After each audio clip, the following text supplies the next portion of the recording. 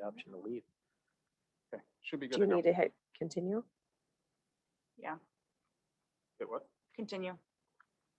It says the meeting is being recorded.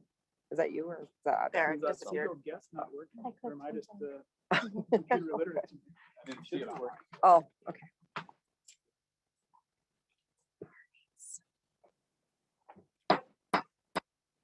Good evening, everyone.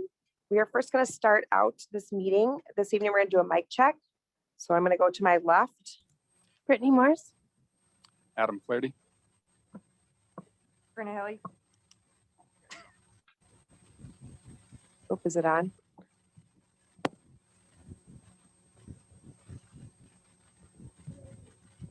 Hello? Okay. Sabrina Haley. Dave Kendall. Ron Wagner. Dan Licht. Tina Gady. Jeff, are you on? Yes, I can hear you. All of you. Great. Perfect. Tonight is Monday, May 24th. Audra, our clerk, is on via Zoom. So Audra, you have the roll call. And could you hear everyone? I did. Thank you, Mayor. Thank you. All right. Our first item of business is going to be the Pledge of Allegiance. Pledge allegiance to the flag of the United States of America, and to the republic for which it stands, one nation, under God, indivisible, with liberty and justice for all. Thank you. Our first item of business this evening, I believe the person we have a special presentation tonight from the Wright County Sheriff's Department. So at this time, I will ask them to come to the podium.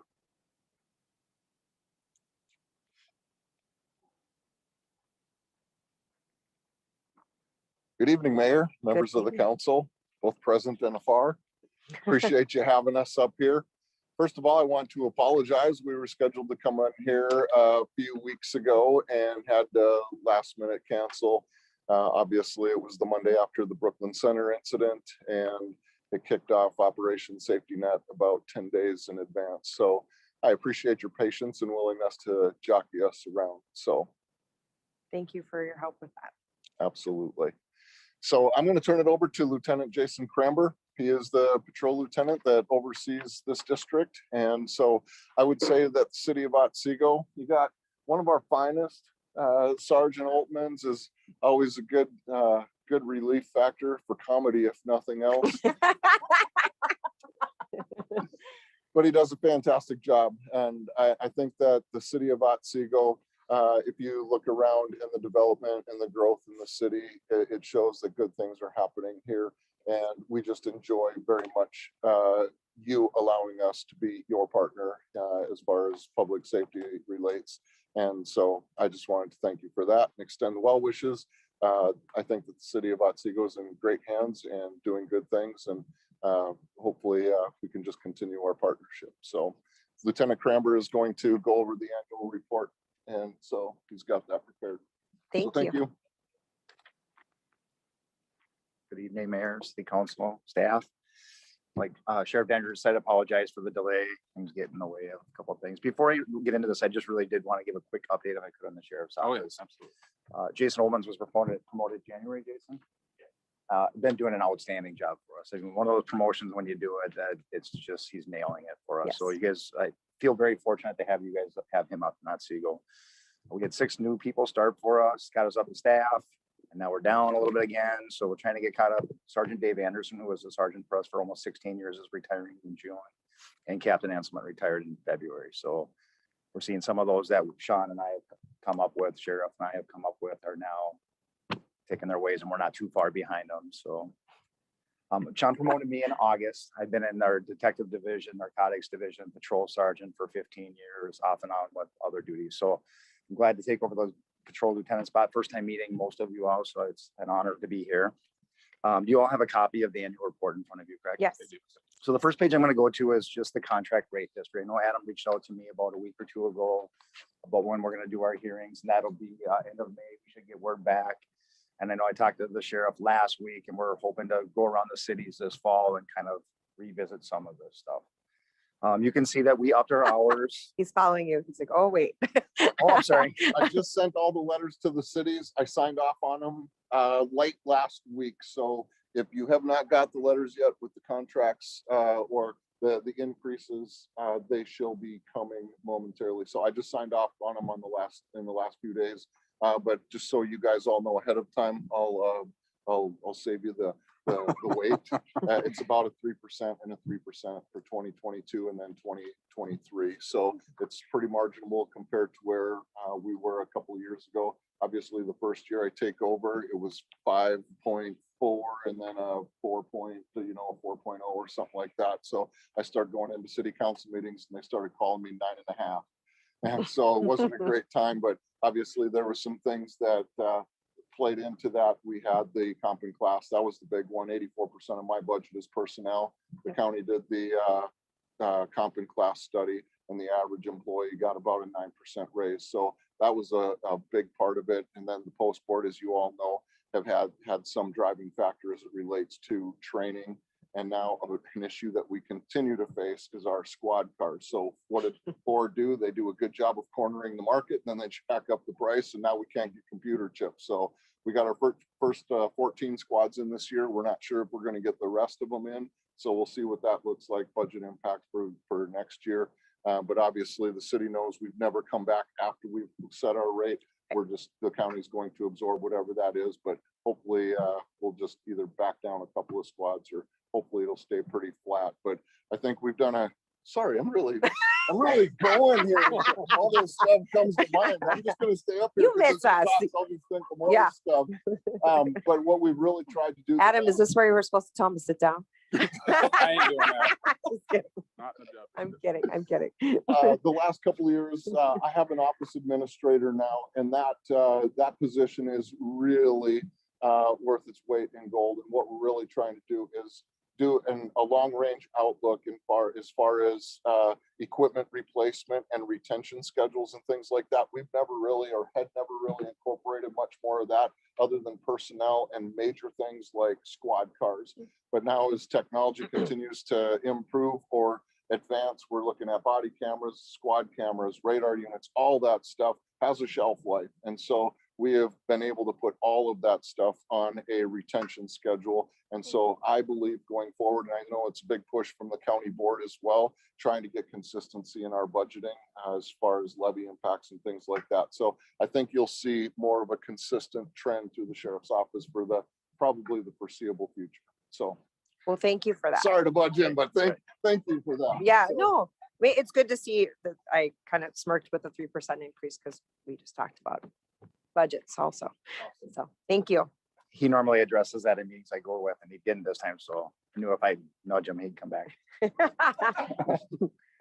So the 10-year look back at Otsego, I started here in 97. So I remember when there was minimal hours up here. We had one overnight car from 7 o'clock till 3 o'clock in the morning. So it's nice to see the growth, obviously a necessity with population growth.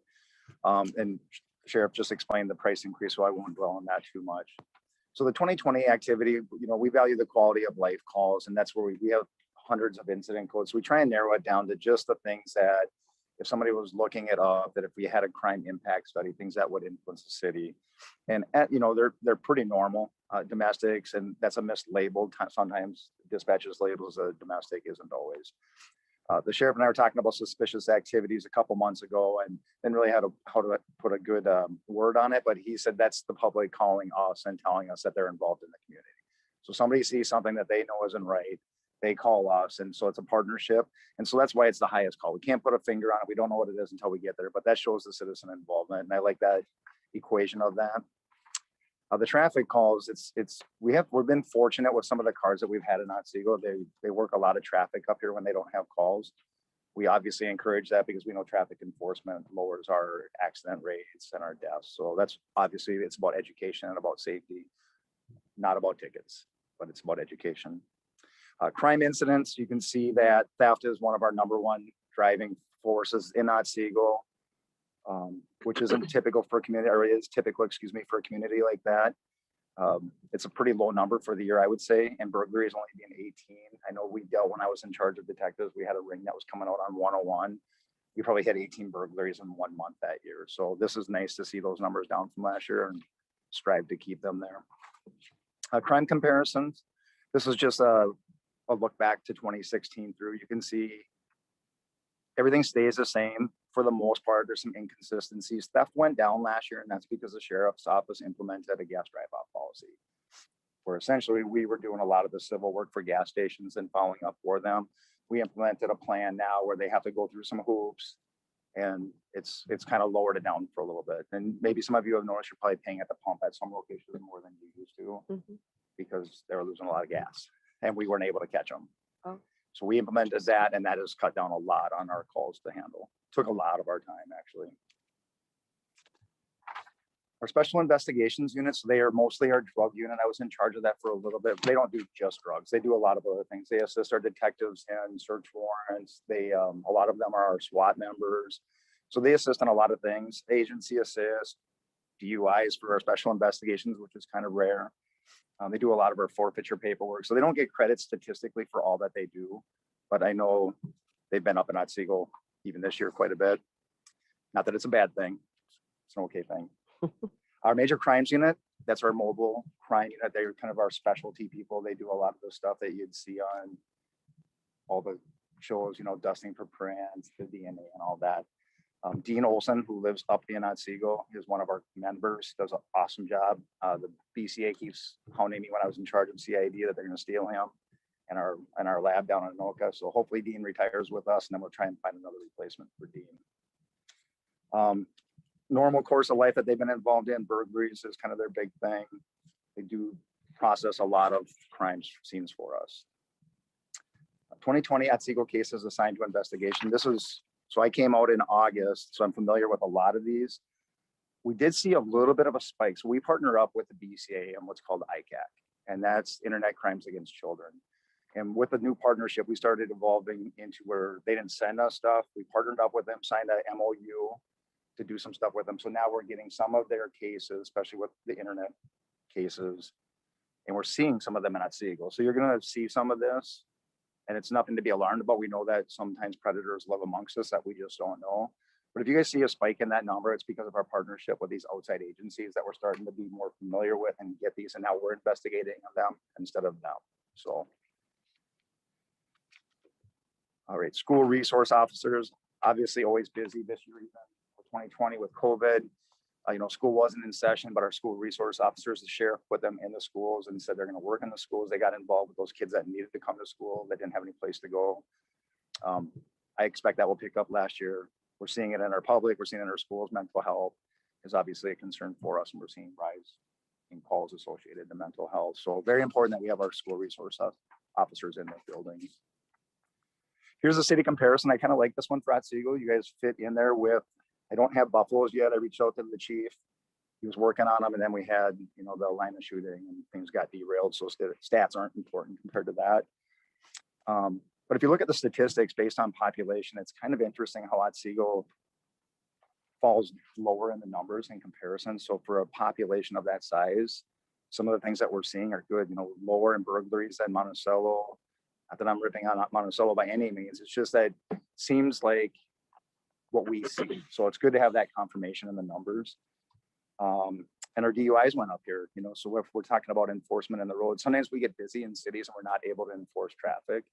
So we have a good balance, I think, in Otsego of balancing calls for service and working the traffic. And you guys can look through these numbers and see if you have any questions, feel free to call me on them. The 2020 calls by time of day, it's probably no shock to anybody. We're not that busy between 1 o'clock in the morning and 8 o'clock in the morning. And then all of a sudden it picks up for us. So at about 10 o'clock, 11 o'clock until about in the morning till 11 o'clock at night, we're pretty steady up here. So calls for the days a week. I was surprised by these numbers for 2020. Thursday was the lowest on average, only by 100 calls per day on average. So it's not a lot, but Thursdays usually were our busy days. So I don't know what happened in 2020. It'll be interesting to see what happens this year. Sundays, no surprise, are lowest calls for service. And that was the annual report, which we're now 6 months into the next year. So I could have brought that one as well. But do you guys have any questions on the annual report? So I have one question. You talked about the working with the ICAP. Is that, or ICAC, yep, sorry. Sorry. Is that taking away from hours we're paying for? That's just additional that like these crimes are being looked at in our city, but it's not taking from like hours that we would have officers out on the street. Correct. So you guys are contracting currently right now 48 hours. When I was in Yep. charge of detective and I took over as a sergeant when Sheriff Derringer was a lieutenant shortly after he left. Otsego has its own detective assigned to the area of Otsego. They partner up with some townships. Mhm. That's not in the budget of the 48 hours. Okay. And then along with that, Sergeant Oltmans and then Sergeant Walker are also specifically assigned to Otsego, and they're not in that 48 hours either. So nothing takes away from that. Those are just in addition to. So. I knew that answer, but for the general public that might Correct. be listening, that's So always it's a really thing. good partnership because what it's allowing us to do, be honest, the feds get big and sometimes if the case isn't big enough for them, they might not run with it. So we get to take some of their lower cases, which are still offenders. So it allows us to discover problems in our neighborhoods that we didn't have to wait to get until they became so big that they were really a problem. Okay. So it's a nice partnership. Any other questions?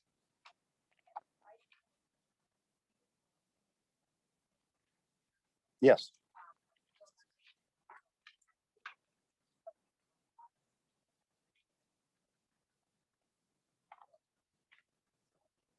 Sex related, that's part of that partnership. Yep, so we had a string when I was in charge of the detective division where we got a lot of ICAC cases in Otsego. So that was the crime against on the internet with specifically involving children. I don't remember specifically how many were from ICAC, but just it was about half of that, if I'm not mistaken. So very specific to, and so hopefully we took care of that. Bill Kenyon, when I left, was the detective. The guy does an amazing job. So he's like a robot. He just puts stuff in, puts stuff out, and he's partnered up with them quite a bit. So yes. Any other questions? Thank you. Thank you. Enjoy the weather. Thank you very much. All right. We are still on the open forum. This is the portion of the meeting where anyone can come to the podium, state your name and address, and limit comments to 5 minutes or less. Does anyone have anything for the council?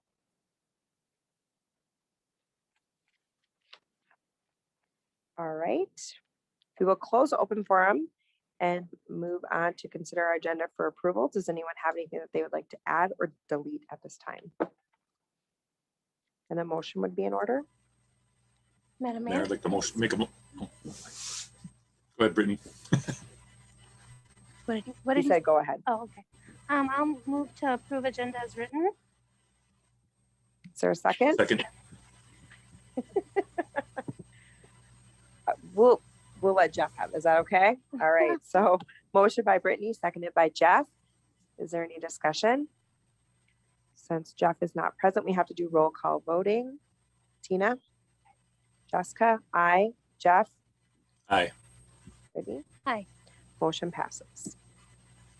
Moving on to the consent agenda, a motion would be in order. Madam Mayor, Yes. I'll make a motion to approve the consent agenda as written. Is there a second? I will second it. Motion by Brittany, seconded by Jessica. And we'll do roll call voting. Tina? Jessica? Aye. Jeff? Aye. Aye. Brittany? All right, motion passes. Next item is planning, item 4.1, Bury Companies LLC. Dan? Thank you, Mayor. Bury Industries, which is located at 9901 73rd Street. They originally received their approval back in 2018 for construction of their one lot. They moved their metal fabrication business from Rogers to Otsego. They planned for the initial construction of the facility as well as future construction on the site. And with their operations, they have a large outdoor storage area to the south and west of their property. Mr. Bury contacted city staff earlier this year and asked about the opportunity to use the undeveloped portion of their site where they will expand to in the future, kind of on a temporary basis for rental storage of RVs, boats, and trailers. City staff brought up the option of also parking semi-trucks or semi-tractor trailers on the site, given the discussion the council had previously about that issue in residential neighborhoods. The most common complaint is, if I can't park my truck at home, where am I gonna park it? So city staff would be happy to have some place in Otsego where we could direct these people as an option for their parking. So this would require an amendment of the approved interim use permit to allow for this additional activity. The site is approximately 14.5 acres in area. It's guided for industrial uses by the comprehensive plan and zoned I2 district. To the north and south of the site, and actually to the west too, with Michael's, is all existing industrial development. To the east across Cadler Avenue, it's rural residential land uses at this point. It will be future residential extending west of Kittredge Crossings, consistent with the comprehensive plan. So the site plan for the western portion of the property in this diagram north would be to the right of the screen. So you're looking kind of to the west of the building. They'd be limited to parking licensed vehicles. Obviously, it has to be operable on a city street, so it doesn't become a junkyard type operation. Not that the property owners propose that. It does meet all setback requirements from the perimeter of the property, consistent with the original approvals for the outdoor storage. They have a gravel surface down in the area now based on the type of materials they would store there in the future, which is appropriate for the kind of limited traffic that would be coming in and out of this site. When Michael's developed their lot to the north and west of this, they extended 73rd Street along the entire north line of the Bury lot. So there is a second driveway west of the principal building now that they can access from. So for the storage area, there would be a gate installed with an electronic keypad so that their renters can enter and exit as they need to. That driveway would be paved so that we're not bringing gravel out onto the street, and then the gate would be set back sufficiently so that if there is a semi truck coming into the site, it's not going to be obstructing the street and interfering with traffic coming to and from Michael's. There's already an existing fence on the site, and then finally the city engineer did review their site plan and had no concerns regarding their grading.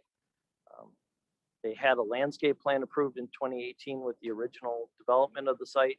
There were some recommended changes at that time. Also, we are now 3 seasons into this landscape plan, and a number of the plantings have died. So Mr. Burry indicated at the Planning Commission that his intent would be to go back and replace those plantings, especially emphasizing the need to provide screening along Cadler Avenue, not so much for the traffic, but the future residential uses that will occur to the east to try and really establish that before the homes get there. The homes will have their own buffer yard landscaping on the east side of Cadler, but the more, the better, and it obviously adds to the aesthetics of his site as that's the gateway into the entry to his property. So there is, again, the fence, but as discussed at the Planning Commission meeting, there will be some changes made to this to enhance both 73rd Street and Cadler Avenue. So the Planning Commission did hold a public hearing at their meeting on May 17th. Mr. Burry and his son Matthew were present to represent the application and address questions from the Planning Commission. The Planning Commission did focus on the landscaping that has been installed and again, these changes that were discussed. So they added a condition to have the landscape plan revised subject to city staff's review and approval to address the enhancements along Cadler. But otherwise, they were very favorable to the concept being proposed for the west side of the property. Again, given the discussion that they also just had regarding the semi-truck parking within residential areas. So city staff has recommended approval of the application. We can get select. As it's consistent with the requirements of the zoning ordinance, basically allowing the property owner opportunity to generate some revenue off the unused portion of the property until such time as their business would expand. The Planning Commission also recommended 7-0 to approve the request. We've drafted findings of fact and decision included as part of your packet consistent with their recommendations. Okay, thank you. Does the applicant wish to comment? Okay, perfect. All right, we'll bring this up to council for discussion or a motion. I just have one question, Madam Mayor. Yes. So Dan, when we were talking about having semis in residential areas and parking and having enough turn space and all of that, where unless I missed it, are we, is it, it's okay? there's enough. Yeah, Mayor, on the site plan, so this whole area is planned industrial park. Okay, So the street that accesses Bury is 46 feet wide. Okay. And they will be turning into a driveway that's sufficiently wide to accommodate the movement, not only of their vehicles, but anyone that would be renting space. Any other comments?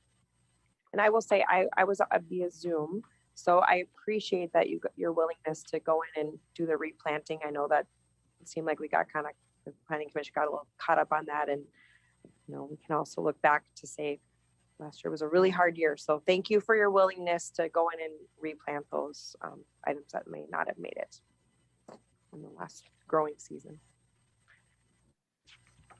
All right, any other questions or comments? Then I will make a motion to approve an interim use permit amendment for Bury Companies LLC, subject to the conditions as stated on the findings of fact and decision as presented. I second. Motion by Jessica, seconded by Tina. Is there any discussion? We'll do roll call voting. Tina? Jessica? Aye. Jeff? Aye. Brittany? Aye. Motion passes. Thank you. Hey, Tina, I think your mic is out. That's why I interrupted you. Sorry. Can't hear you, he said. Can you hear her? No. Oh, nope. Okay, we're gonna switch out our microphone really quickly. Thank you. Moving on to item 4.2, Hunter Hills Second Edition. Dan? Thank you, Mayor. This application would typically be on the consent agenda, as final plats are basically a technical finalization of the subdivision plans that have been previously approved. But because the applicant is proposing to replat 2 lots within the previously approved final plat for Hunter Hills, there's the need for a public hearing to consider vacation of drainage and utility easements. So Hunter Hills was approved as a preliminary plat in July of last year. It consists of the entire 208 acres located east of County Road 19, north of 80th Street. They proposed the initial preliminary plat of 59 single-family lots from that. This is the proposed second addition to the development and consists of 39 new single-family lots, and again, the replat of 2 lots. The subdivision is zoned R6 district. Surrounding the development north of 80th Street, you have cultivated farm fields and residential dwellings. On the south side, there's the Arbor Creek development, 4 or 5 rural residential single-family homes, and then farm property on the far west side before you get to County Road 19. The developer provided not only the final plat, which you can see highlighting the new 39 single-family lots, as well as the replat of the 2 lots. Basically what they're doing there is Lennar has a larger home plan that they want to put on lot 1, block 1, the corner lot. So they need to move the common lot line further north to meet setback requirements. Both lots still meet the minimum lot area and width requirements for the development. The developer provided construction plans for streets and utilities, including the 28-foot wide street within the 60-foot wide right-of-way, sidewalk on one side of the street. Street lighting will also be provided consistent with the requirements of the city code. And you also have the city engineer's comments regarding the review of the grading and utility plans. As I said, vacating the drainage and utility easements within lot 1, block 1, as shown on the final plat, those essentially are being taken off and then replatted consistent with the new lot line. So there's no effective change to the protection that exists with those easements. Hunter Hills does not include dedication of land for public parks based on proximity to Beaudry Meadows further to the south with sidewalk and trail connections. So park dedication requirements are met as a cash fee in lieu of land. And then finally, the city attorney's office drafted a development agreement that the developer will need to enter into prior to recording the final plat that provides for securities to complete the public improvements, as well as payment of fees and timing for construction. City staff recommends approval as the final plat's consistent with the comprehensive plan, as well as the approved preliminary plat. The final plat meets the requirements of the zoning ordinance and subdivision ordinance. And with respect to the vacation of the drainage and utility easements, those that exist don't serve a public purpose once the new final plat's been recorded. Final plats are not subject to review by the planning commission, so you have findings of fact drafted by staff in your packet, as well as resolutions approving the vacation, as well as approving the development agreement. All right, thank you. As Dan said, this is a option for public hearing. So at this time, I will open the public hearing. I will ask Audra if all information has been put out to the public and if we've received any comments.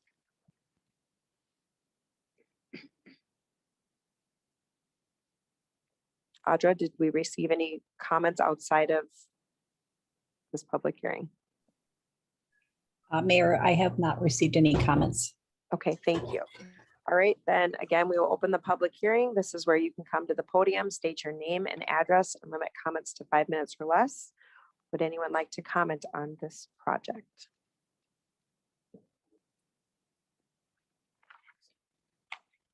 All right, seeing no one or hearing no one, we will close the public hearing and bring it back up to council and via Zoom land since Jeff is on it.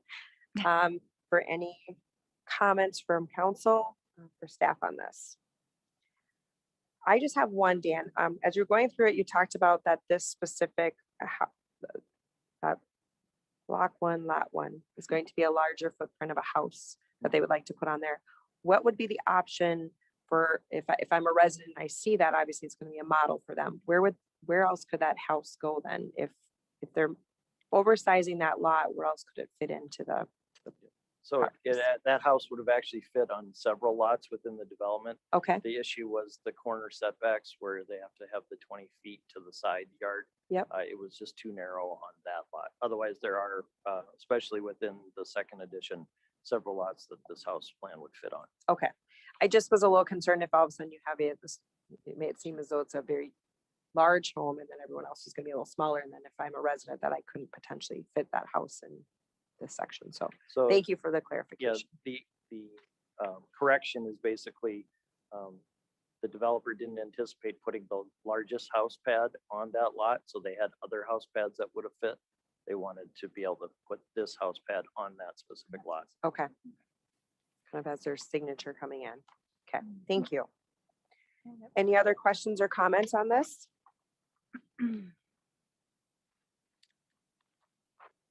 No questions. I Okay, have a I'll make the motion. All right, I'll make a motion to adopt resolution 2021-42 vacating existing drainage and utility easements, approve the final plat for Hunter Hills, second edition, subject to the conditions stated at the findings of fact and decision as presented, and adopt resolution 2021-43 approving a development contract.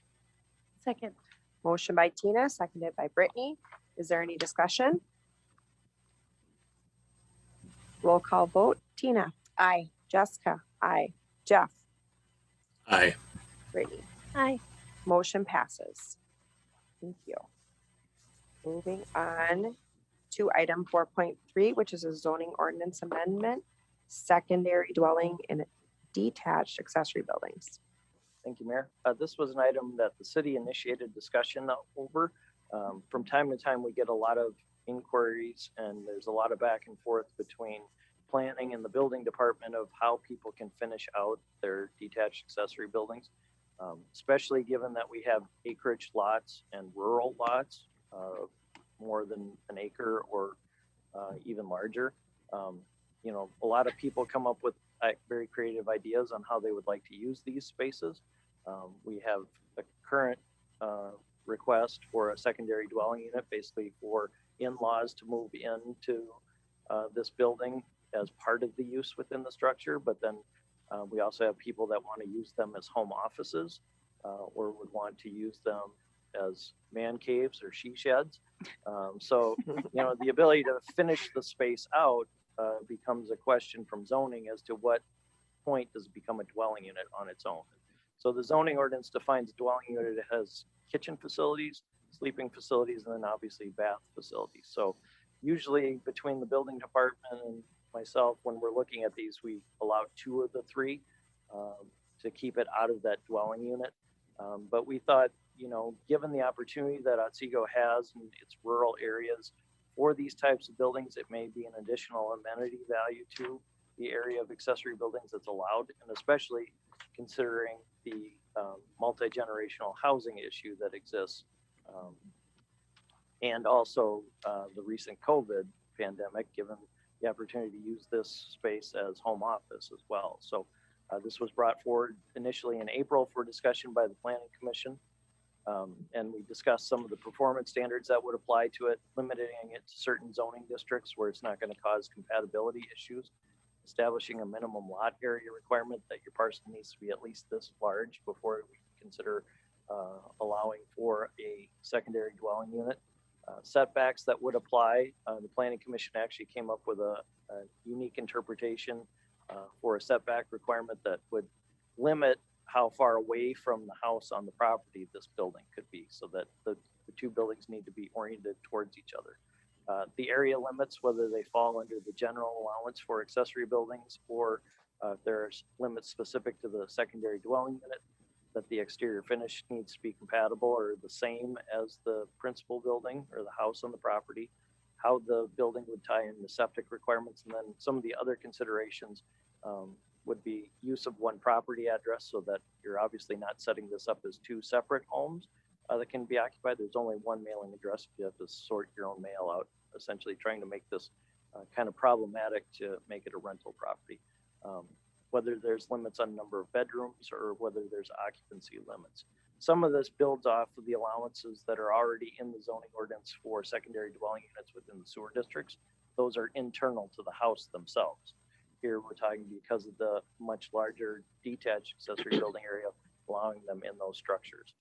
So the example that has been essentially provided to the city is a property south on Nashua Avenue. It's 20 acres in area. They're allowed up to 6,000 square feet of detached accessory building, and they're proposing a 5,000 square foot building in addition to their 2,700 square foot house. Within that building, which is a two-story structure, there'd be an area set up as a 1,200 square foot secondary dwelling unit for the in-laws. That space has a master bathroom, walk-in closet, bedroom, living, dining, kitchen space. Beyond that, on the first level, they have parking, 4 bays essentially, and then the second floor has studio space, workout room, etc. But it's defined as separate from a building code standpoint from that secondary dwelling unit by the firewall existing between the garage space and the unit itself, and then the need to access this space upstairs via stairwell outside of that dwelling unit. So just by reference, that's under 25% of the total accessory building area, and it's 44% of the area of the home itself. That's the property south on Nashua at 83rd Street, an example of the architecture that's proposing using the same materials as exists on the house. They do have the gambrel style roof, indicative of a barn, appropriate for the setting on which their property is. But what we did was bring back a draft ordinance for the Planning Commission at their meeting on May 17th, establishing a minimum 5-acre lot requirement for these structures. That serves two purposes. You have area for the structure itself.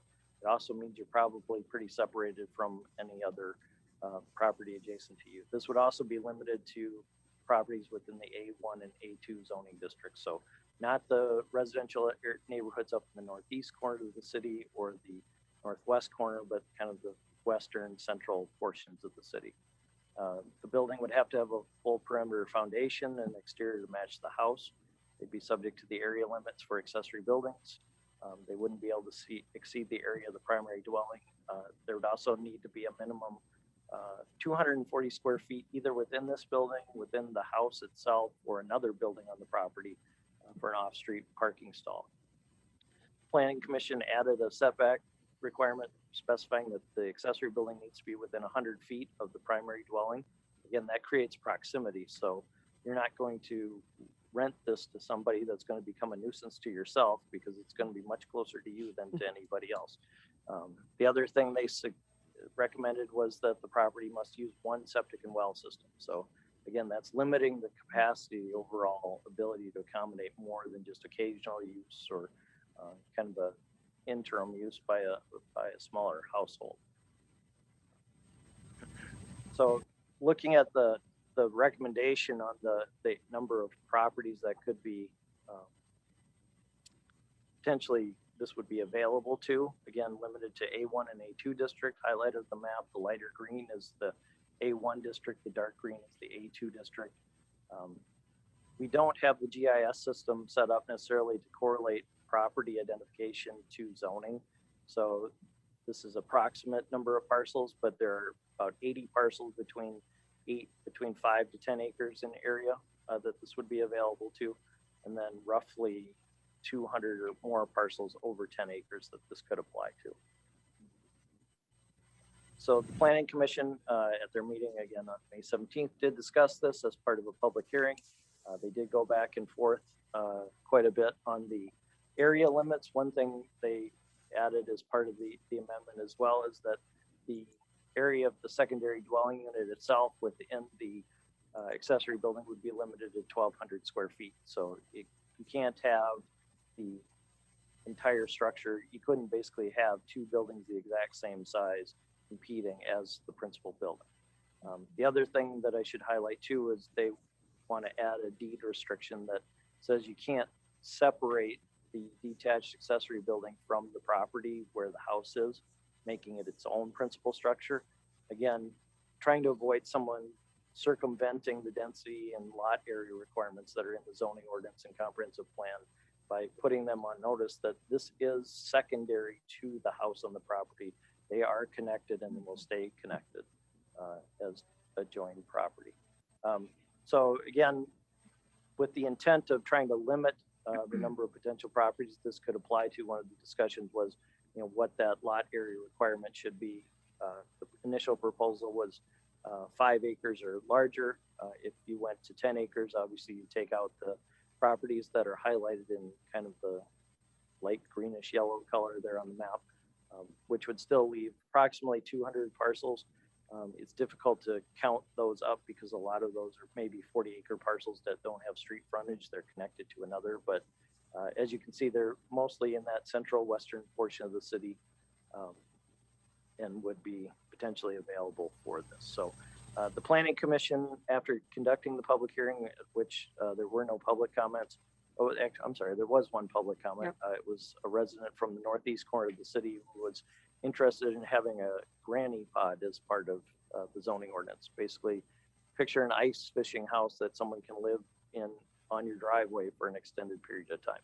A number of years ago, the state passed a law that said cities must allow that unless you proactively pass an ordinance that says it's not allowed. Most cities proactively pass that ordinance that says it's not allowed because it causes all kinds of issues with compatibility, utilities as to how the sewage and water is handled from that, off-street parking, etc. So most cities just bailed out of that one.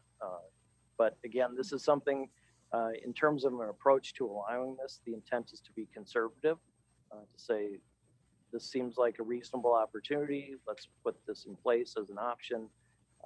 And if it works, you can always revisit and lower the lot area requirement, expand zoning districts, etc. If it doesn't work, you can just kind of leave it as it is or take it away at some point in the future. But in terms of the character of the area and the locations for these, city staff would not expect that there would be problems. And again, it seems like an opportunity to make attractive use out of the accessory building area limits that Otsego provides, which is an amenity to the rural area. So the Planning Commission actually split their vote on the issue.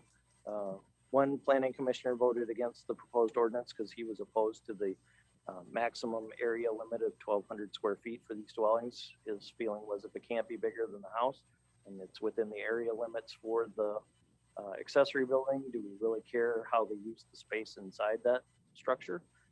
And the other planning commission member, who actually would be one of the qualifying properties, who voted against it just on the basis that he didn't think it was a good idea.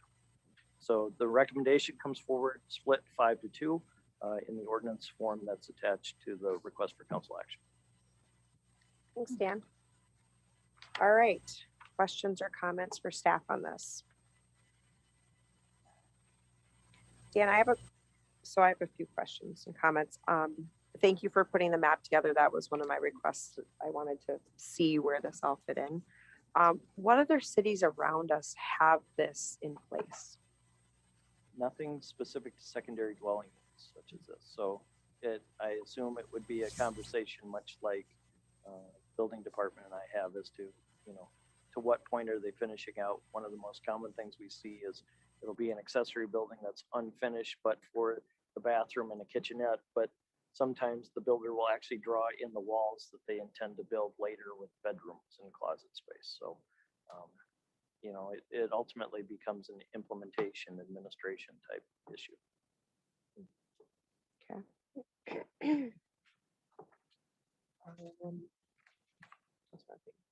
Any other comments? So let me, Dan, if I can clarify, so the second dwelling can't exceed 1,200 square feet. Is that correct? That's how the ordinance is written now. So the accessory building can, but the area devoted to the secondary dwelling unit within it Okay, can't. So Okay. the example property fits that. The entire building is 5,000 square feet. The dwelling unit portion of it is 1,200 square feet. okay. Could someone choose just to build a 1,200 square foot little pod if they wanted to, or does Yes. that then they could? Okay. They'd still need to find either on this building or in another building, the 240 square feet for For the garage garage. stall.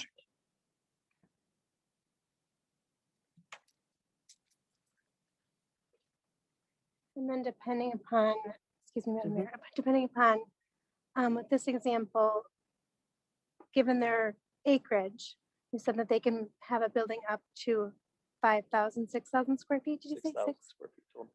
Okay. And that's from 5 to 10 acres, that's the size of a, The 6,000 square feet applies if 10 acres and larger. Okay. 5-acre property, I think it's 3,500 square feet. So for the 5-acre parcel, and the resident that is actually requesting this lives on, you said 20 acres? 20. So you could take out the 5-acre parcels as a Oh, yeah. starting point, just because we're not getting those requests from somebody on a 5-acre parcel. Right. Which then, if they only can get 3,500, I mean, that's half their accessory building basically is housing.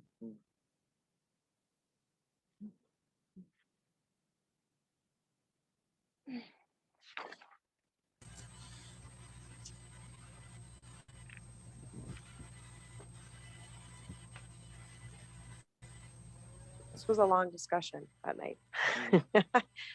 and so because this is, it's one parcel, tax-wise, then they're gonna look at this also like an accessory building? Yep. Okay. Yeah, they essentially, the assessor's office would look at the value of that building and the quality of its finishes and add that appraised value to the overall property. And would, Madam Mayor. and they would, oh, yep. Yes, Jeff. I was gonna ask another question, but continue now. Go when Nope, you're you done. can go ahead. Okay. Looking at this photo here, so this is an example. What would be, is there already a permit gone through and that's what we're discussing? Or is this just a discussion so they can do it and then get a permit for approval? Mayor, they are waiting to get a permit to see if it's approved. Right now, it's not allowed. So Okay, thank you. actually, Mayor, they're going to build this building. It's whether they can finish out the 1,200 square feet as shown on the plan. Okay. And I've actually spoken with this resident also. There was some question about buying some land rights from the property to the north of this. How would that affect this? Like, what's the change with that? They would be giving, and I know that that's not what's in front of me, but I want to understand that. If they were to be given by the building rights from the property to the north, then they actually could subdivide that piece, correct? Right. Mayor, So the house wouldn't have to be 1,200 square feet. Okay. Yep. So this subdivision was part of the Karen addition. So the city in the rural areas here allowed 1 dwelling unit per 10 acres. Karen property had 5 development rights that went with it. They subdivided 3 lots, subject site, this one to the west, including this piece here and this piece. So they subdivided it into 3 lots. The property owner said, take the 2 extra lots and assign them to the one labeled as 101. So that property could have then been further subdivided into 3 total lots. So one option for this property owner would have been to buy one of those development rights from the current owner of that property, request a conditional use permit to transfer it to their own property, and then they could subdivide their 20-acre property into 2 10-acre properties, build 2 separate houses that the ownership can be split at some point in the future. And this map is obviously for everyone, 85th goes through now, so this Yep. is an old map. But so 85th is shown. For some reason, it doesn't show up as right. As a road, yeah. It's just the center line, so. Just for everyone out in Zoom land. Mhm. And it's a road. Yeah, a big one. Yeah, right? I know that some conversations that night too also kind of talked about the what eventually happens. I know as this particular one is for a mother and father-in-law to move into. And I know that you've mentioned that it has to be 100 feet from the primary dwelling, so you don't want that. You're not going to want to rent it to someone who you don't enjoy, obviously, because they're very close to you. But what happens, I guess, as this works now, but what happens in 5 years or 10 years? So, I mean, I guess, I think, to me, that was where I think Commissioner Stertowski was going with that, is just, what's the plan as this, for right now, this is what they want, but what happens in 5 or 10 years? Yeah, so, this is the initial proposed use, so they construct the space. Mm-hmm. Future buyer, they would have this option, or a future buyer to repurpose it to guest house, which, communities do allow for, convert it to home office space. They could use it for any purpose related to their occupancy of the property. But still, under the definition of the zoning ordinance, this is a single family property. So it can't necessarily be rented separately.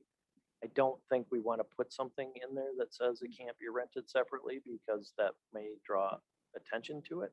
The definition could be used from an enforcement standpoint, that if it becomes a problem down the road, the city can fall back on that. My assumption is properties are located, and the performance standards limiting size and also requiring the proximity. Again, you're not going to have a nuisance situation created by this because of those factors. The primary house and this space are very closely connected together, so.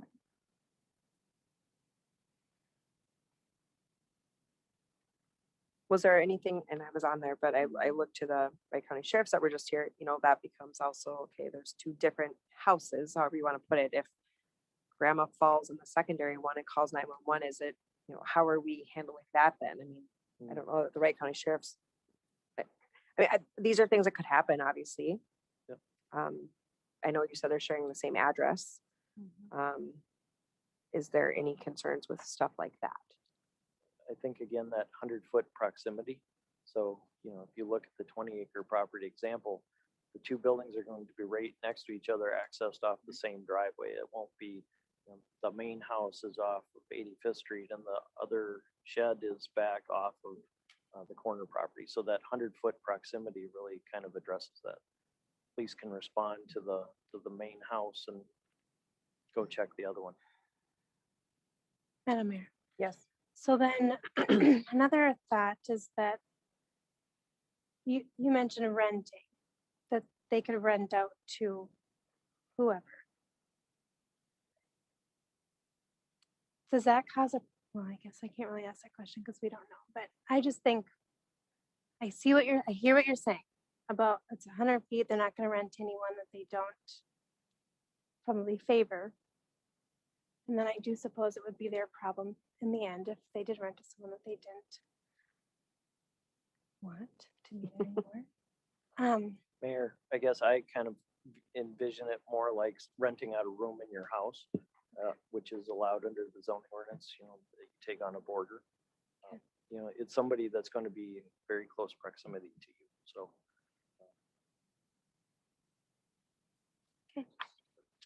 Mayor, I've got a quick question here. Yes.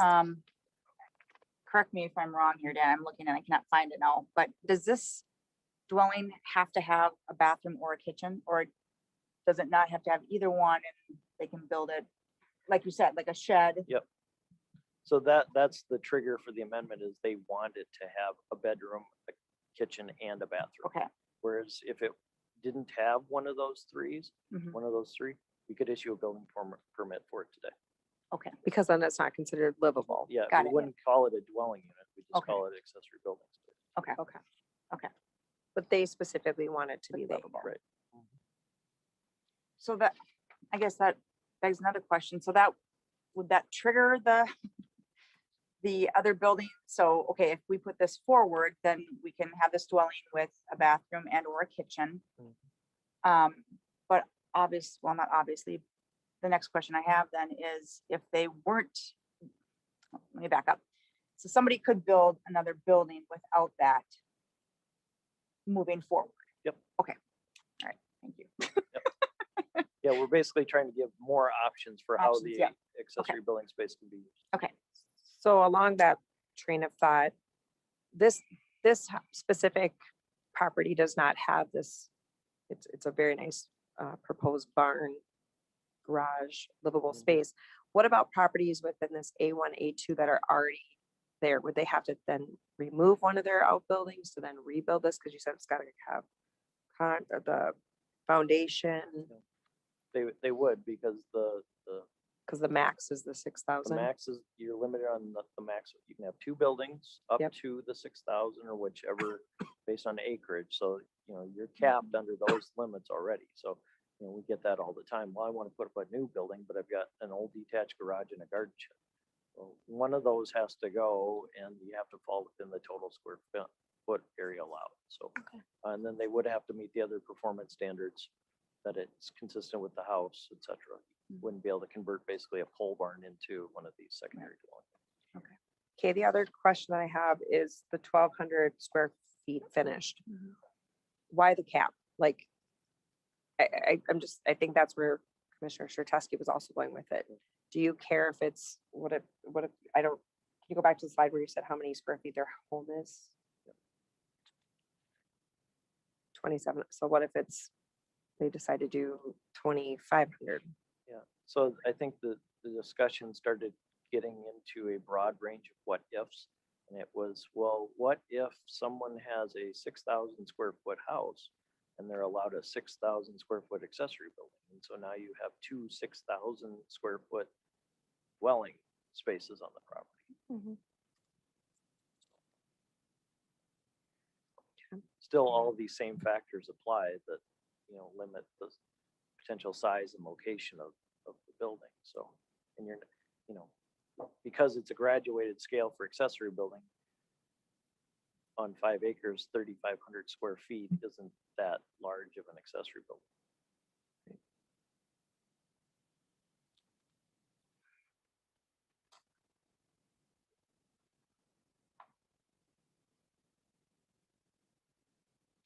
More questions or comments?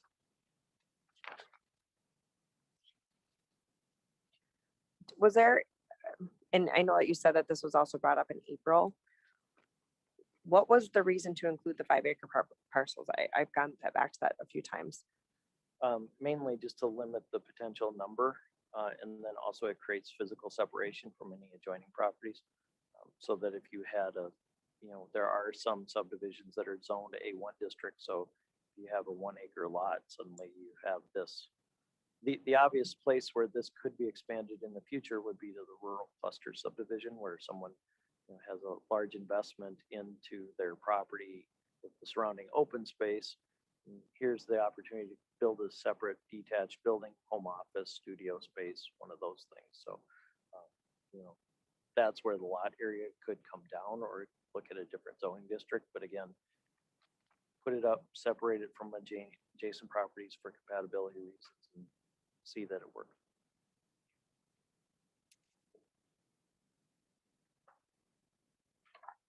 Madam Mayor, Yes. I would make a motion Okay. to adopt ordinance 2021-12, amending the zoning ordinance to provide for secondary dwelling units within detached accessory buildings in certain zoning districts and approve publication in summary form. Is there a second? I second that. Motion by Brittany, seconded by Tina. Is there any discussion? I guess I'll applaud us all for the discussion and also the planning commission too. I mean, this is something very new to us and I think we want to make sure doesn't become an issue is what we're definitely Well, right, trying to absolutely, avoid. right, absolutely. But I think it's Yes. it's unique to us and I think it's, I mean, We have knowing what I space. know now and more, it's favorable, obviously. I like the idea of it and I hope some of these residents will be able to take advantage of it. Mayor, I can say the only other time I've dealt with this was early in my career when I worked for the city of Wayzata and you were dealing with guest houses on Lake Minnetonka. So Sure. look where that puts us. Well, All right. Any more discussion? Next, I want to build a lake. yeah, All right.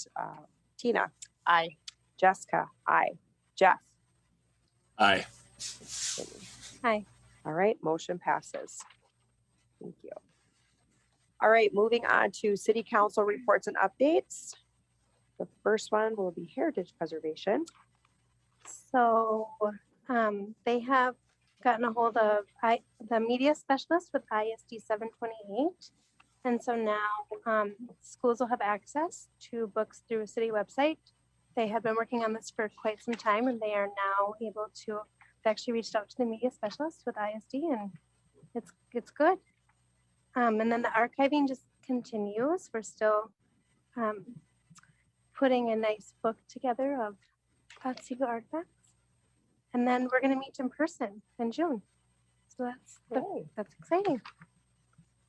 Perfect. So I have.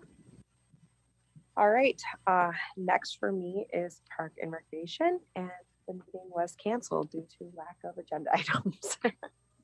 So I have nothing to report. Next would be planning commission, which is Councilmember Darkenwald, but he was absent, so I jumped in and covered that, and you guys have approved everything that was discussed that night, so good job, everyone. And again, pass it on to them that they did a really good job. I think there was a lot of things discussed and even questions for the breweries that were here this evening too. So I appreciate their attention to detail. A lot of them were referring back to original development agreements and what was required of them. So thank you for that. Next is public safety. Tina. public safety meeting. Eric, our Chief Bullion, was present at our meeting that evening, and he was busy in Brooklyn Park. He was, of course, there 8 to 9 days out of 10 of those days he was present. Also stated that there were 50 calls for April, which is quite a few. Let's see. We were talking about response times within Albertville, Elk River, and about 9 minutes and 22 seconds is our response time from truck to fire. So not too bad. There's always room for improvement. Something that I wrote down, I thought was really kind of a shock that there are actually about 124 officers have been killed so far this year. Yes. That's just, to me, that's, I mean, that seems like a lot to me. Yeah. Rather scary. And then last but not least, as far as us representing, that we were talking about the Prairie Festival this year and us representing, so that's kind of on hold at this point. So we'll see where we can fit in and present ourselves there. So. And if I can add one more, Yeah. they are canceling their June and July meetings in person. Yes, So if you can have that noted. The meetings are canceled, canceled. Okay. We won't meet until August. June and July. Yes. Yes. Correct. That's it, Amir. Yes. Was it 124 officers killed in Minnesota or where, nationwide? It was nationwide, Yeah. 124 Okay. as of that day. The chair to that commission is a former police officer himself up in Duluth. So he was reporting because it was National Police Week. Yeah. Mhm. And so he had said that the president has moved that to the fall, that there was no real mention of it, but 124 deaths Yeah. on duty thus far On duty, yeah. that night, up to that, because there was 3 that had happened that day that were Right. not in the He report. said 121 and then he moved it to actually 124. Yeah. It was really sad. Yeah. So, Mm. all right, so we are still under council reports and updates. Does anyone have anything? Yes, Mayor. Yes. Adam, can I comment on anything on our subcommittee with the, our meetings with Wold and the tours that we have or have had? Yeah, if I you'd just like to. Yeah, go ahead. Okay, yeah. I would say if you guys have a chance to look at least, I think our subcommittee, I think you can zoom on it if you guys want to listen in. Or Adam, do you know, is Wold coming to discuss anything with council at all? Maybe next, June, or is it just pretty much what our next subcommittee? Well, yeah, I think the council has a meeting in 14th, and then the subcommittee is a couple days later, right? The 16th. Does that sound right? The Wednesday. So Councilmember Dahl, World was expected to be here this evening up until last week. They just determined that we weren't ready to bring forward the status of the study Okay. back to the council. So that will the full council will be updated Okay. at a future meeting, likely in June. Okay. So with that said, I'd say there's a lot of ideas. We visited, I believe, 8 sites. I'd say Adam's has had some good input. Kevin has had some good input, and even Ross. I mean, it's exciting what you'll see. Those guys are going back and forth, and the words have been using is campus, making a city campus for City of Otsego. So I think you guys will like the ideas that we've gone through. So it's exciting to see. Yeah, it'll be interesting to see what they bring back for all of us.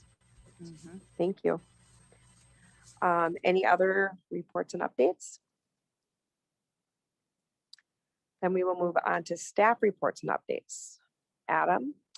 Thank you, Mayor. My only update is just a reminder that the city offices are closed next Monday for Memorial Day. That's all I have for you. Thank you. Sabrina, any updates? It's your first time we go round robin. No, I don't think so. Just thanks for having me and excited to continue on. Good. And hopefully tomorrow you find the tape. She said she can't find her tape. Oh. Like Scotch tape. Got it. Thanks for the clarification. Yeah, so everybody help her find the tape tomorrow. I picked them up at Target. And I was like, All right. Welcome, Okay. Sabrina, and hopefully you find your swing line stapler too.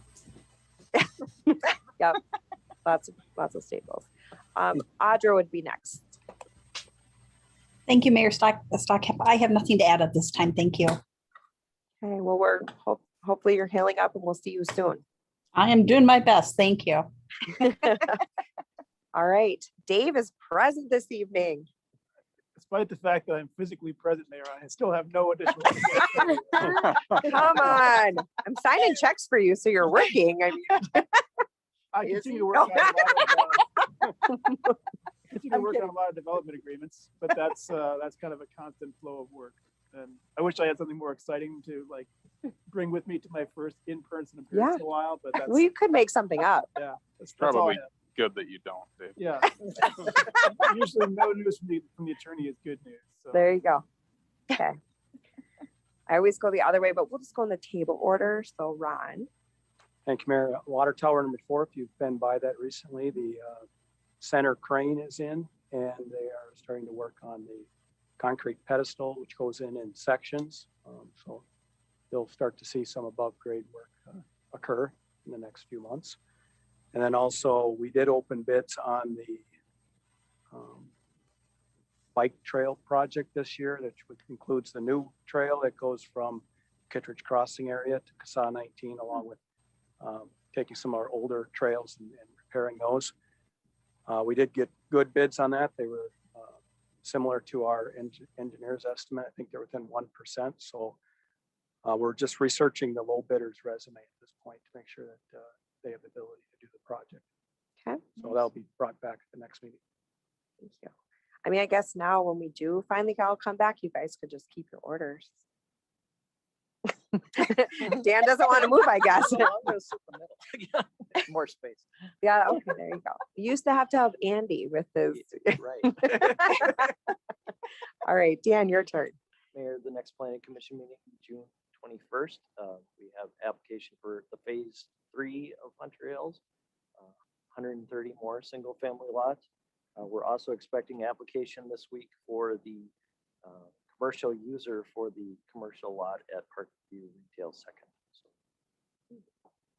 All right. Haven't waited so, he was back there super quiet listening in. Kevin, do you have anything for us?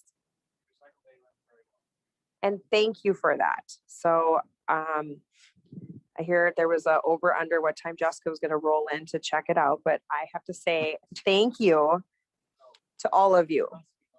I did. You should have told me to come later or earlier or something. I wasn't planning to come, but I was just super excited about it. And there was so much stuff out there. Staff was great at directing and helping. So I'm excited to hear what the numbers come in at. And I mean, can you come to the podium just so Jeff can hear you? And Jim Boyle's on, so it's a good thing. Kevin Lamson, Street Operations Manager. We had, at quick count, we had about 147 people come. I think we had 100 and some TVs. Wow. I want to say about 75 couches and mattresses. The pile, yeah. It was pretty huge. impressive. Yeah. So we had a lot There's of a lot of people a not lot of sleeping in thank beds, I yous. guess, in Otsego anymore because they're all back there. the pre-registration went very well. We had a lot of thanks from residents saying that they were happy to do that. The flow went very well. Did you have people that just showed up that maybe didn't pre-register? I think we had a handful, but I Okay. think what we anticipated with pre-registration and some people not coming and then just people showing up, I think we broke about even. Okay. on that. So yeah, it was a good event. Will you put together like the data of what we've had in the past at some point, just so that we can see it? How many people used to turn and stuff versus how many we have this year? If this is The stuff that would go to Metro West. Yeah. Yeah, I can figure that out. okay. I mean, I just think it would be really good. I mean, this was a request of residents saying do something on a Saturday. So No, I think we show that we want to continue to do this. The one concern was it was too late for spring cleanup, for spring cleanup. which we talked about. Which we did, but we got a little bit kind of late start. on it, Yep. but So now next year we know can now. plan earlier. Yep, just dealing with the vendors and getting set up sooner. Well, I would agree. Yeah. April, I mean, once the snow melts, people want to get outside and get stuff cleaned up. So, and we did talk about that we were later than, Close to opening fishing. yes. That was Yes. kind of the big concern. There it is. Well, Good thank feedback. you. Thank you for all of that. And how late did you end up staying open? You said you were going to have a hard stop. But, We actually were out of there at about 12:15. oh, Not perfect. bad. You thought you'd be there needing to stop people at 12:30. So So no, it went very well. well, I hope whoever you had to buy lunch, it was a good one. Just think about it. Thank you. Thank you. Thanks. Good job, All Kevin. right.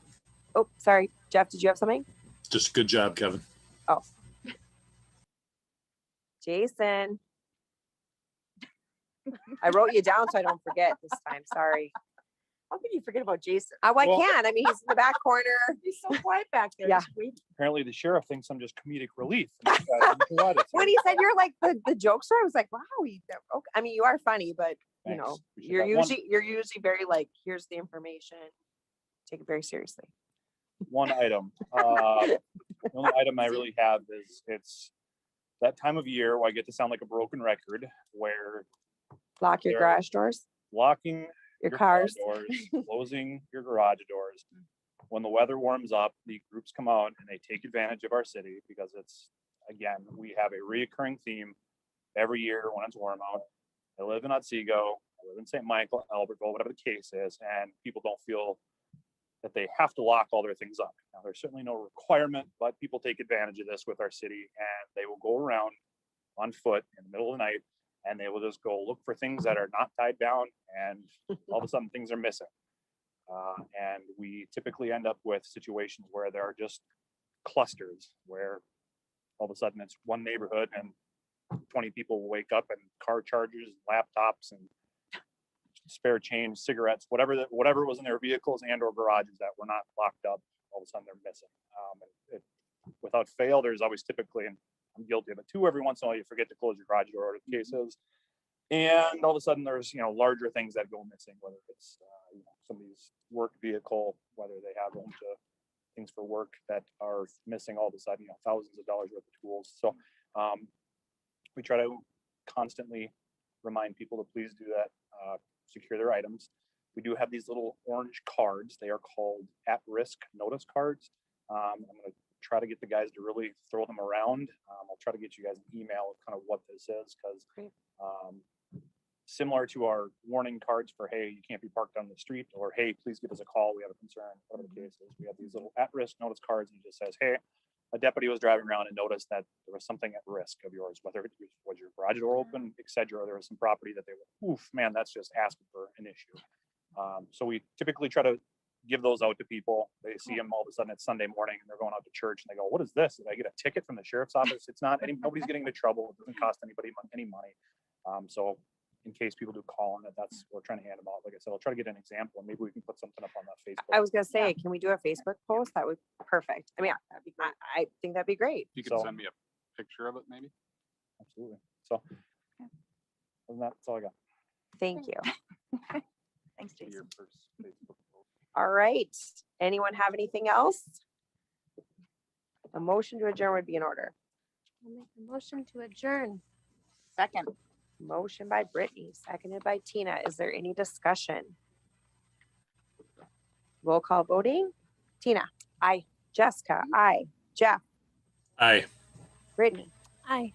All right, the meeting is adjourned. Thank you all for attending in person. So nice to see your smiles. Right? I mean, this is, look at Adam. Adam's, he's. That's a conniving. Yeah. That looked evil. All right. Thank you all for attending. We'll see you soon.